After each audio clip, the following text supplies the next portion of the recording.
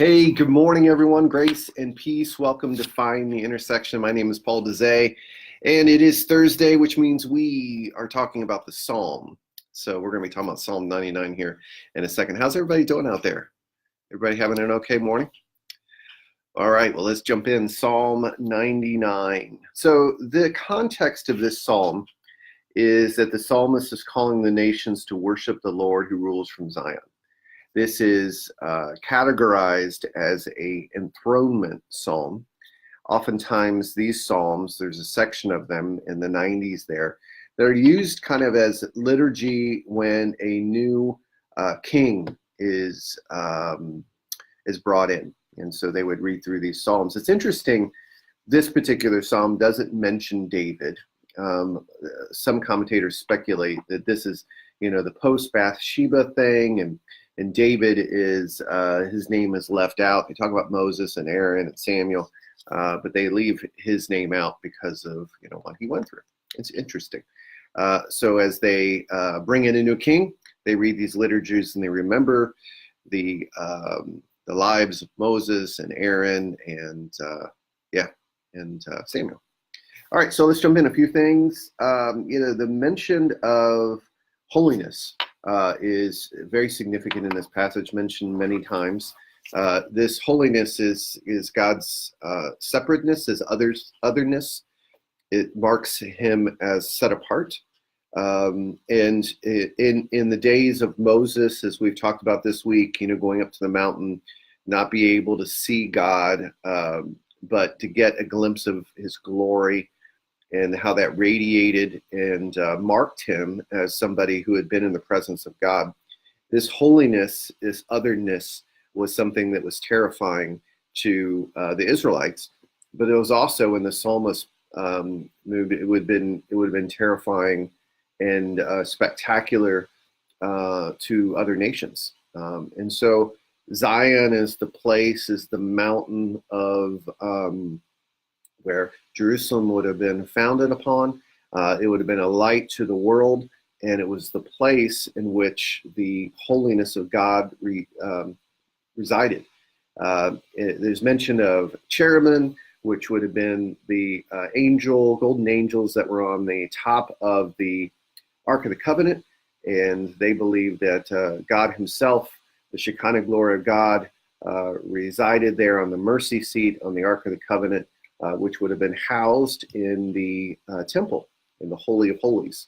And so they believe that God was enthroned there in Israel. And the kings who would come would serve the Lord, and all the nations would bow. So there's this definitely a theme of holiness. And as we get a little bit ahead tomorrow, that holiness kind of runs through the entire week, doesn't it? A second thing that jumped out to me is that God is involved in humanity. Even though this God is separate, he's involved in humanity. He's a lover of justice. And so he cares for the people. And I think that is significant because most gods, lowercase g, that was people worshipped, was holy or separate from the people, but they didn't get involved in the lives of the people, which Yahweh does. And so Yahweh is one that's compassionate and fights for justice on behalf of people who are been treated with injustice. And we, as his people today, we need to be people of justice that fight for those that are being oppressed in our society. Christians have always taken the side of the underside of society, the lower class, the poor. We've always stood up for those who have been beaten up by the other aspects of society. So that comes from that we worship a God who is compassionate, we worship a God who is just, and so we, as we talked about this week, those characteristics of God rubbed off on us, so we become people of justice, fighting injustice. And so the third thing that stood out to me, I mean, there's so much in here, but the idea of God forgiving. He's a forgiving God to them. And I think that for us, that's another aspect of differentiation between Yahweh and all the other gods, is that this particular God forgave people for their sins.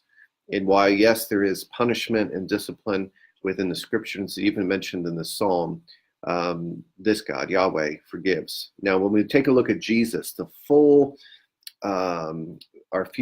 view of God, God in the flesh and Jesus, we see forgiveness in action and a reminder of justice in action and compassion in action. But that is all rooted in the psalm of God being the king, and then whoever is the servant king would then reflect this God, reflect the glory of God. All right, there's some awesome stuff in this passage. Again, I think for me, applying this passage to my life is I have to ask the question, is God the king of my life? Is God the king? But also, am I reflecting the king? Am I a person of justice, compassion? Am I a forgiving person?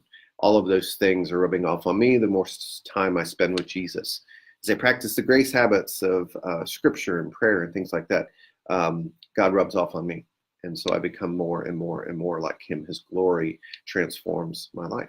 So what did you see in this passage? I love the Psalms.